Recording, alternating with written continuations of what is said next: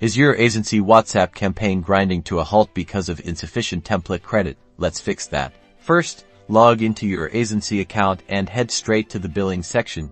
You'll typically find this on the left-hand sidebar of your dashboard. Clicking on billing will give you a clear overview of your current credit balance. Take a close look at your template credit balance. If it's nearing zero or already at zero, that's your problem. Below the balance, you'll see a detailed breakdown of your template usage. Analyze this carefully to understand which templates are consuming the most credits. To add more template credit, look for a button labeled Add Funds, Buy Credits or something similar. Aisensy usually offers different credit packages to choose from. Select the package that best suits your needs based on your expected template usage. After selecting a package, you'll be directed to a payment gateway. Here, you can choose your preferred payment method, such as credit card, debit card, or other available options. Follow the on-screen instructions to complete the payment process securely.